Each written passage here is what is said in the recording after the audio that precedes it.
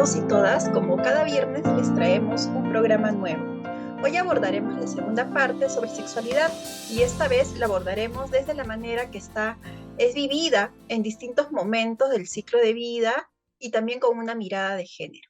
Generalmente se piensa equivocadamente, por ejemplo, que los niños y niñas no tienen sexualidad y que ésta aparece recién en la adolescencia o juventud, o que tal vez las personas de tercera edad pierden el interés.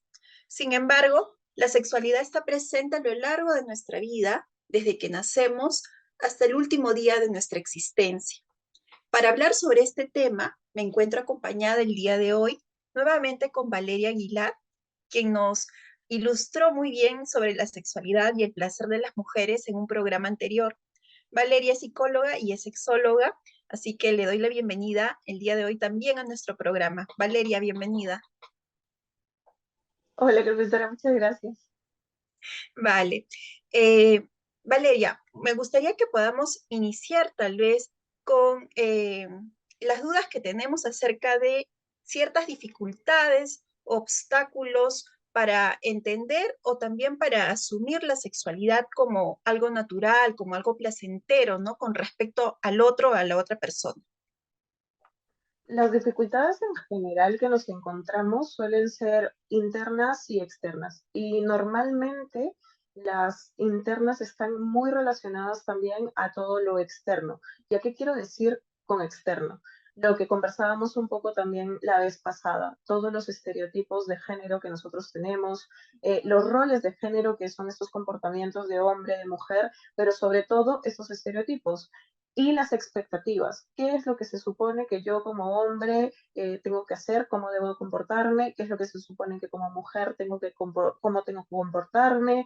Y si me salgo fuera de esto, entonces yo ya no estoy cumpliendo algo que se espera de mí, ¿no? Entonces, una limitante o algo que va a marcar mucho la forma en la que nosotros nos vamos a vincular con y desde nuestra sexualidad va a ser exactamente esta, la forma en cómo se espera que yo me comporte respecto a ella y cómo se espera que yo viva mi propia sexualidad.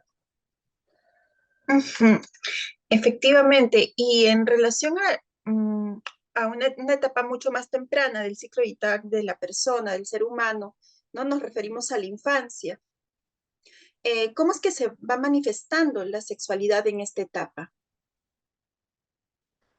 La infancia en general, bueno, de primeras, la sexualidad tiene representaciones, como bien tú lo dijiste, en cada una de las etapas de nuestra vida.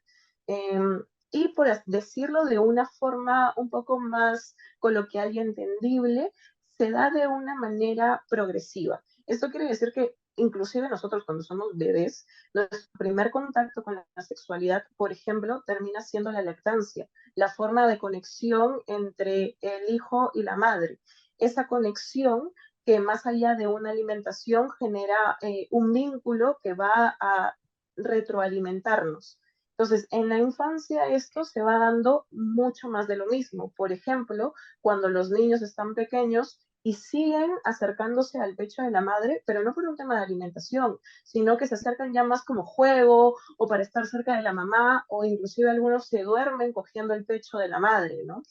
Otra de las representaciones también es todo lo que tenga que ver con la identificación de la genitalidad. Ya tengo curiosidad sobre qué es lo que yo tengo, cómo se ve mi cuerpo, cómo se ve inclusive el cuerpo de las otras personas alrededor. Y esto despierta una curiosidad supernatural que se representa en, por ejemplo, mamá, ¿por qué yo tengo esto y tú tienes esto? O ¿por qué papá lo tiene así y tú lo tienes así? Y si, por ejemplo, yo soy una persona con pene, un niño con pene, y tengo un padre que también tiene pene, inclusive se pregunta un, ¿por qué el de papá es así y el mío es así? Entonces, esta curiosidad va empezando y es súper natural también en niños, en la infancia, ver, por ejemplo, que quieren estar desnudos por la casa, que se sacan el polo, que se sacan el pantalón, que se sacan el pañal, pero porque eso también les está dando una mayor facilidad de identificación de su propio cuerpo. Conforme vamos avanzando dentro de la misma infancia, esto ya se va representando también con el otro. La curiosidad de ver el cuerpo del otro, ver cuando mamá se cambia, cuando papá se cambia, o ver inclusive cuando mi compañerito, mi compañerita también está jugando jugando, y ahí es que empiezan estos juegos de roles, normalmente, ¿no? Juguemos al doctorcito, al doctor, a la mamá, al papá. Si tengo muñecas, por ejemplo, muñecas que son de bebé, se representa en este juego de cuidar, de alimentar, pero si son muñecas tipo las Barbies, quitarle la ropa a la Barbie, ver qué es lo que tiene la Barbie, jugar la Barbie con el Ken, la Barbie con la misma Barbie, el Ken con el Ken, y toda esta interacción que queda más en un ensayo propio, y si es con el otro, muy, muy íntimo, ¿no? Y muy inocente también. Exacto. Y bueno, ahí se va ya colando también o se va poniendo de manifiesto ciertos estereotipos también desde, ¿no? Esta temprana edad, también recibido principalmente por el entorno, ¿no? Pero si continuamos avanzando en las etapas del ciclo vital de las personas y llegamos ya a la adolescencia, por ejemplo, ¿no? Y respecto precisamente a la sexualidad en la adolescencia, cómo es que se manifiesta la sexualidad en esta etapa, ¿no? Y si es que también los estereotipos de género están afectando la forma en que los adolescentes tal vez experimentan o expresan su sexualidad, tomando como antecedente esto previo que nos comentabas acerca de los juegos que se dan en la infancia también. En la adolescencia ya hay como un pasito más a esta escalera. Entonces, algo que, por ejemplo, se da también en la infancia, y no lo mencioné, es como que empieza esta atracción de me gusta mi compañerito, me gusta mi compañerita. Pero en la adolescencia esto se hace mucho más intenso porque ya empieza una atracción y un impulso sexual que se da por todo el cambio hormonal. Y para ir cronológicamente hablando, por así decirlo, lo que pasa es que, claro, mucha gente piensa en un adolescente, son 15, 16 años, pero es que no, es que estamos hablando de una etapa que normalmente los cambios empiezan 12, 13 años o entre los 11 en algunas personas también. Entonces, ¿qué pasa aquí? Pues hay un chute de hormonas y hace cambios fisiológicos también. Empiezan a crecerme los pechos, me salen vellos, vellos púbicos, vellos en las axilas, se me pone la voz un poco más ronca, si tengo pene y tengo más testosterona, pues generalmente me empieza a salir la manzana de Adán. Empiezo a tener todos estos cambios corporales que van acompañados, por ejemplo, del metabolismo. Mi metabolismo va más rápido, empiezo ya sudando más, las sudoraciones nocturnas.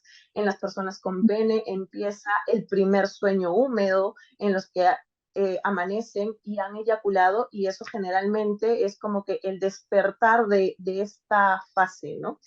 Este impulso sexual lo que hace es empezar también el tema de la vinculación con el otro desde algo más de ensayo, cómo es que yo toda esta identificación que aprendí antes ya la reflejo en este vínculo.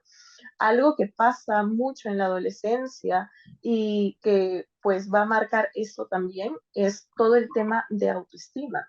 En esta etapa, respecto a la sexualidad, lo que pasa es que yo ya estoy desarrollando mi autoconcepto, qué es lo que yo creo de mí misma, y aquí se agrega algo más que es el tema de autoestima sexual, que es básicamente este valor y este autoconcepto, pero ligado a la intimidad y a las relaciones sexuales, ¿no? Conmigo y con el otro. Entonces, yo también estoy preocupada de cómo es que me veo, qué tan atractiva me pienso, cómo me siento y qué tanto me va a ver así la otra persona. Ya me preocupo por cómo es la imagen que el otro tiene de mí y también me vinculo desde esa parte, ¿no? Acá empiezan las inseguridades, los miedos, las dudas. Y cuando ya hay este primer contacto, la gran mayoría de adolescentes empieza una vida sexual, entiéndase por alguna actividad sexual, en esta etapa de su vida. Entonces, hay un descubrimiento de sensaciones físicas y también de cosas que están satisfaciendo esta necesidad que yo ya tengo, ¿no? La necesidad básicamente del placer. Entonces, los estereotipos que nos van a influir van a ser todos los que yo he aprendido de la sociedad desde la primera mano. ¿Cómo es que yo me tengo que comportar, por ejemplo, para atraerle a alguien? cómo debo de ser para ser considerada atractiva, bonita, bonito, guapo. Entonces, el tema de los estereotipos van a marcar esto, de este molde que yo tengo que ser, cómo debo de comportarme. Y claro que influye porque va a determinar mi toma de decisiones y mi comportamiento. Al final, en la adolescencia, mis únicos referentes, por muchos temas más involucrados, terminan siendo otros adolescentes. Entonces va a ser muy marcada esta fase de me comporto por cómo se supone que yo me debería de comportar y cómo se supone que me debería de estar sintiendo. También acerca de estos modelos, ¿no? Que tienden a seguir los adolescentes, ¿no? Incluso con sus mismos pares, pero también del entorno más cercano, que es la familia nuclear, por ejemplo, ¿no?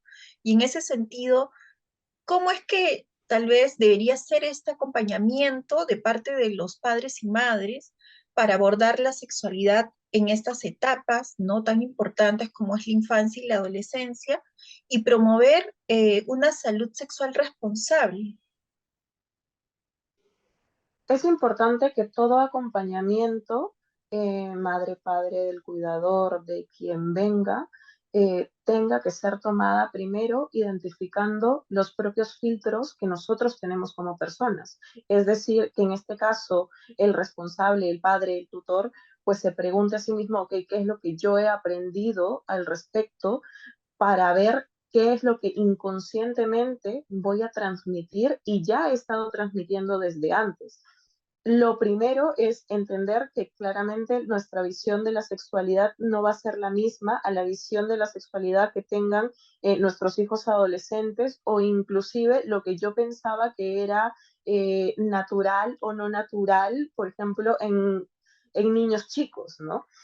Desde ahí es importante, uno, pues primero calmarme como tal, respirar, ser consciente que probablemente si es que yo veo que mi niño lo está pasando o se está masturbando, o que mi hija también se está masturbando y tiene 5 o 6 años, yo soy la persona que le va a poner ese filtro de lo está haciendo de una manera sexual, y eso es lo que no se debería de hacer, ¿no?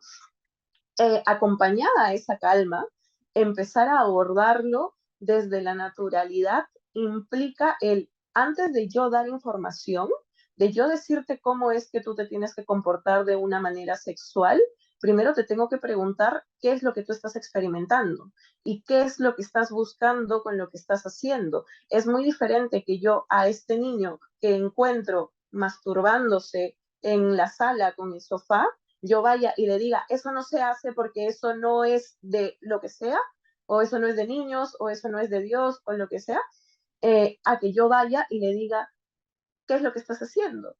¿No? ¿Cómo te sientes? O se siente rico, ¿verdad?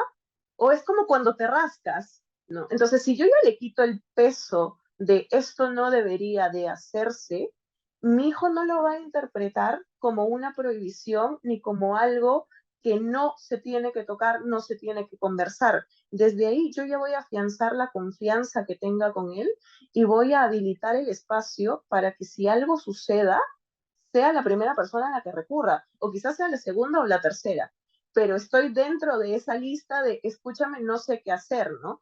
Y si es que la persona, mi hijo o hija, ya viene con dudas, entonces ahí sí es una oportunidad de decirle lo que yo piensa, lo que yo piense, de decirle lo que considere, pero antes de dar información sobre cómo se supone, pregunto sobre la experiencia, sobre las necesidades, y si no sé algo, pues también ser completamente transparente al respecto y decirle, es que esto no lo sé, lo podemos averiguar juntos.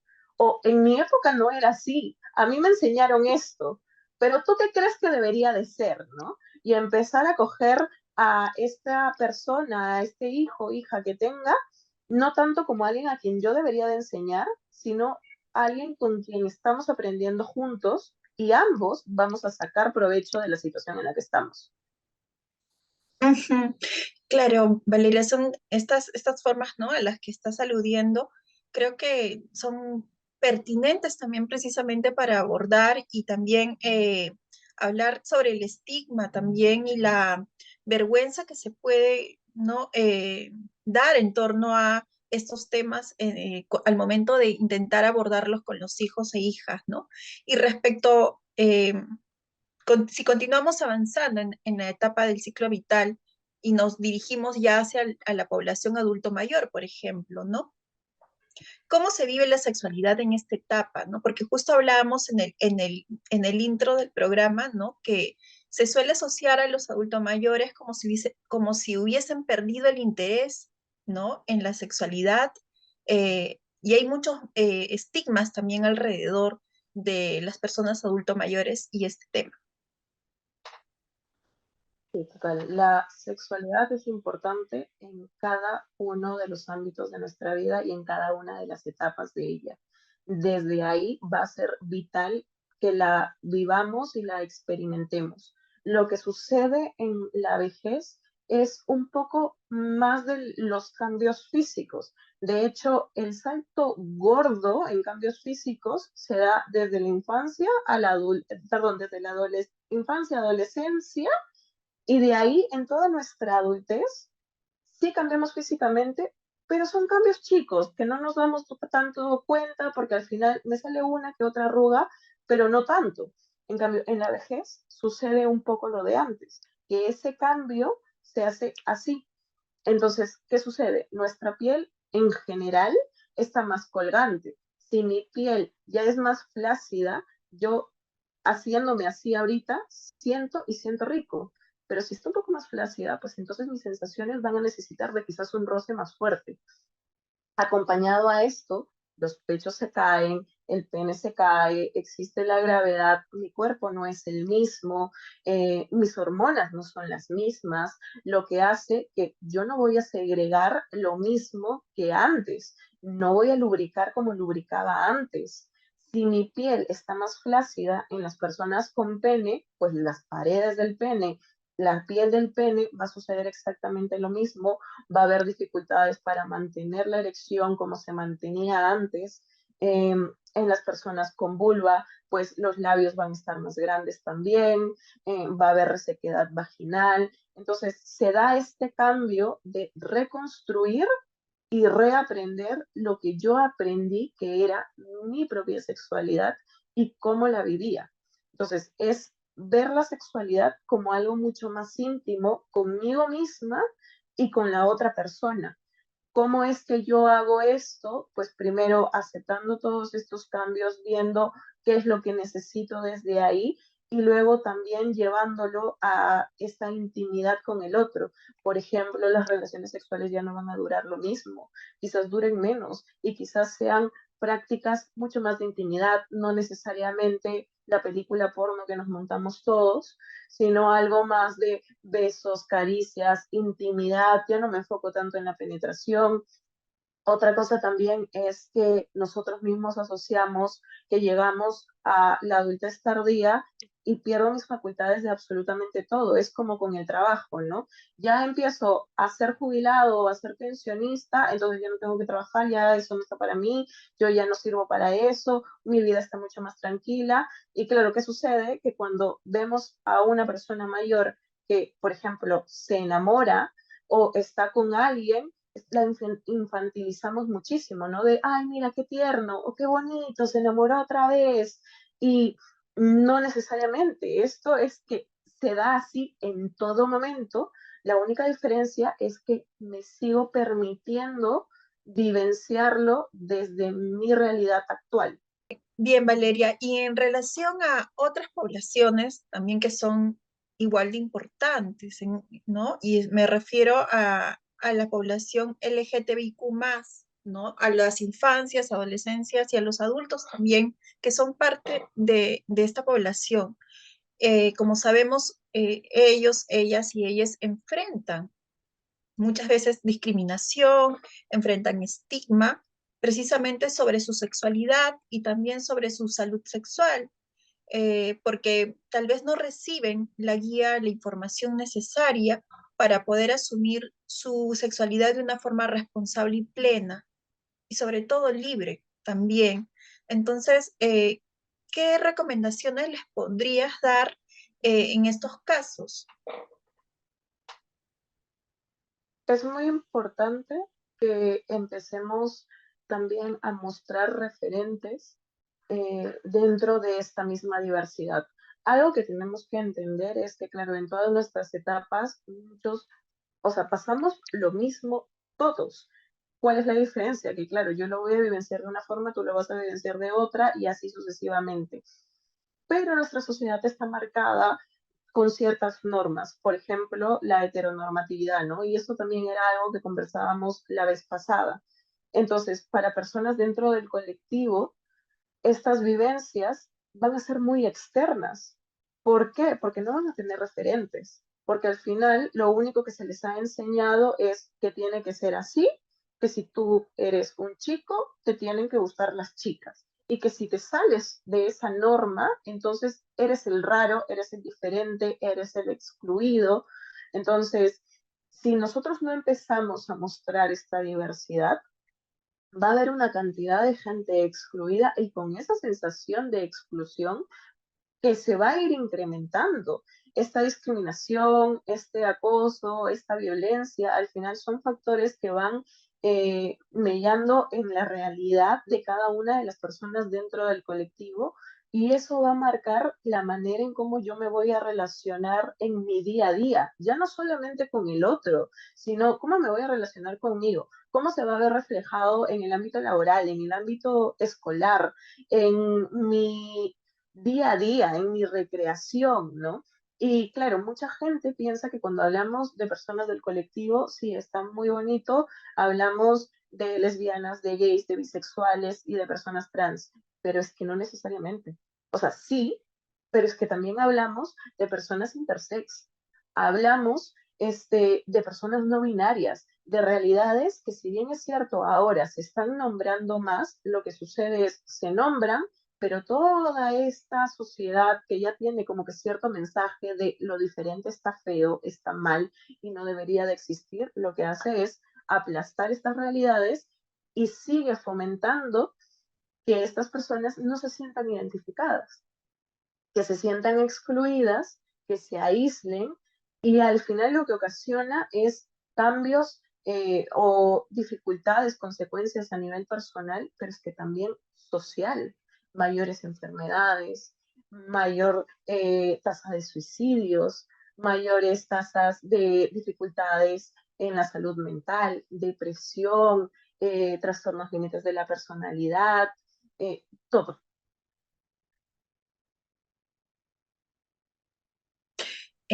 Sí, efectivamente, ¿no? El estigma, la discriminación y también la falta de información nos lleva precisamente a tener infancias, adolescencias y futuros adultos también mediados precisamente por todo ello. Y precisamente en esa línea, Valeria, ¿de qué forma la educación sexual integral y el enfoque de género también en las escuelas ayudaría a eliminar precisamente estos prejuicios sobre la sexualidad de los niños, niñas y adolescentes, de la población LGTBIQ+, ¿no? Y también de los adultos mayores? Aquí solamente hay dos alternativas y solamente dos, y porque nosotros estamos constantemente recibiendo información. Entonces, solamente hay dos alternativas. Uno, o recibo una educación sexual llena de información certera, actualizada, de profesionales formados, una educación sexual libre de prejuicios, de estigmas, eh, con seguridad y confianza, o recibo educación sexual desde la ausencia, desde el miedo, desde las inseguridades, desde la prohibición, desde esta idea de esto no lo tienes que ver, esto no lo tienes que hablar, no lo tienes que tocar.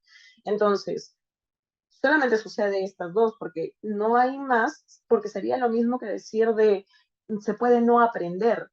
Y no es o aprendes bien o aprendes mal. Entonces, o aprendemos con un acompañamiento y sabemos por dónde ir y por dónde caminar, qué camino coger y qué no, o aprendo chocándome contra la pared y lo que esto va a traer al final son repercusiones a nivel integral en la persona. Por ejemplo, lo que hace la educación sexual integral es coger diversos ámbitos de la vida, adaptando la información al contexto y a la edad de la persona que va a recibir esta información y también a las necesidades. Entonces, yo cojo y lo que voy a fomentar va a ser, uno, prevenir enfermedades. ¿Por qué? Y enfermedades no me refiero solamente a ITS, a infecciones de transmisión sexual, sino cánceres. Cáncer de mama, cáncer de cuello uterino, inclusive cáncer de garganta. ¿Por qué? Porque uno de los factores de riesgo del cáncer de garganta es el VPH, que es el virus del papiloma humano. Entonces, si yo ya conozco más de mi cuerpo, si es que a mí me han informado cómo funciona, qué es lo que yo debo hacer para mantenerlo sano, saludable, voy a buscar prevenir estas enfermedades, voy a ir a un chequeo médico regularmente porque voy a tener mayor conocimiento de mí misma, voy a tener mayor preocupación en brindarme bienestar y salud y sí o sí lo voy a tener con el otro, porque lo que es adentro es afuera. Entonces, si a mí me preocupa mi cuerpo y mi salud, cuando yo tenga una interacción sexual con el otro, también me va a preocupar mi cuerpo y mi salud ahí. Me voy a preocupar por usar anticonceptivos, por usar alguna barrera de látex, algún preservativo para cuidarme a mí y cuidar al otro, lo que va a fomentar también mayor confianza, mayor seguridad, mayor placer, mayor satisfacción, mayor apertura de mente también. El entender que la sexualidad es diversa y la naturaleza es diversa, me va a permitir a mí verme por igual con el otro, por más diferente que el otro sea. Entonces, desde esta diferencia, yo no voy a pensar que soy más o que soy menos, sino que simplemente lo estoy viviendo de una manera distinta y es completamente válida. Voy a vivir mis emociones de una forma mucho más sana, voy a aprender a gestionarla. En general, la educación sexual integral tiene increíbles ventajas y me atrevería a decir que las únicas desventajas que tiene no es por la educación sexual integral, es por las personas que o no saben cómo darla, no saben cómo llevarla, o las personas que tienen en contra, que no quieren que se implante por todas estas creencias que hay detrás, ¿no? Efectivamente, ¿no? Termina basándose finalmente uno de los argumentos principales precisamente en ciertas creencias, ¿no? De seguir conservando lo que como siempre se hizo, ¿no? Hay un terror también a esto desconocido, ¿no? Que de pronto se desconoce, pero precisamente como se desconoce, aterroriza, ¿no? Y le temen a esto desconocido, que no se puede comprender. Entonces, efectivamente creo que ambas vías, ¿no? Tanto la educación sexual integral como el enfoque de género, precisamente son dos herramientas que nos permiten precisamente eh, avanzar hacia precisamente esta vida plena, libre y sobre todo sin violencia, ¿no? Porque como bien comentabas, Valeria, también implica este vínculo que, ¿no? Media también el vínculo que voy a establecer con este otro, este vínculo de respeto, vínculo de horizontalidad, de igualdad o de equidad en todo caso también, ¿no? Que nos permite, ¿no? Sobre todo el enfoque de género, poder identificar precisamente estas brechas. Entonces, sí, totalmente de acuerdo contigo con lo que has mencionado. Te agradezco mucho la información. De hecho, nos queda mucho súper claro y creo que para nuestra audiencia también, ¿no? Sobre todo esta etapa, ¿no? De cómo acompañar, ¿no? Un acompañamiento también respetuoso que creo que has incidido mucho en la pregunta que te hice acerca de, ¿no? De cómo acompañar en la adolescencia, en la infancia, de partir de qué sabe el adolescente, ¿no? ¿En qué está? ¿En qué está tu hijo, tu hija, tu hija, ¿no? Es muy importante, te agradezco. ¿Te gustaría acompañarnos con unas palabras finales para nuestro público? No, muchísimas gracias a ustedes y totalmente de acuerdo con todo lo que mencionas. Muchas veces pecamos por no tener la información correcta, actualizada en general y decirles solamente que si yo tengo personas a quien estoy criando y estoy orientando, lo mismo que nos pasa a nosotros como adultos, les va a pasar a ellos. Y la falta de información se termina llenando con imaginación. Y la sexualidad lamentablemente es un ámbito en el que no nos podemos permitir eso. No podemos permitir que simplemente sea un ensayo y error porque ya nos estamos jugando con nuestra salud y la salud del otro. O sea, como tú dices, es el respeto total. Y puedo empezar por fuera o puedo empezar por dentro. Entonces, ¿cómo empiezo por dentro? Empezando a cuestionarme también a qué siento vergüenza, a qué siento culpa, qué es lo que no me gusta, en qué partes me siento inadecuada, qué es lo que no me está cuadrando en general y empezar a cuestionarlo. Nada malo nunca va a salir del cuestionamiento. Al final yo tengo que cuestionar para aprender. Y en sexualidad eso funciona siempre. Y como dije, nunca dejamos de aprender. Simplemente es o aprendo de una forma sana y favorable para mí, o aprendo pues dándome contra la pared. Y eso es lo que se trata de evitar, ¿no? Así que muchísimas gracias a ustedes por el espacio, esta, la vez pasada y todas las que quieran. Gracias, vale. Y bueno, al público también los invitamos a compartir esta información, a darle like, a enviar el link a los amigos, amigas o amigas que ustedes creen que necesitan, a los padres, madres y cuidadores, abuelos que de repente necesitan acceder también a esta información por curiosidad también. Eh, las direcciones van a salir en la cajita de descripción y bueno, nos vemos en el próximo programa.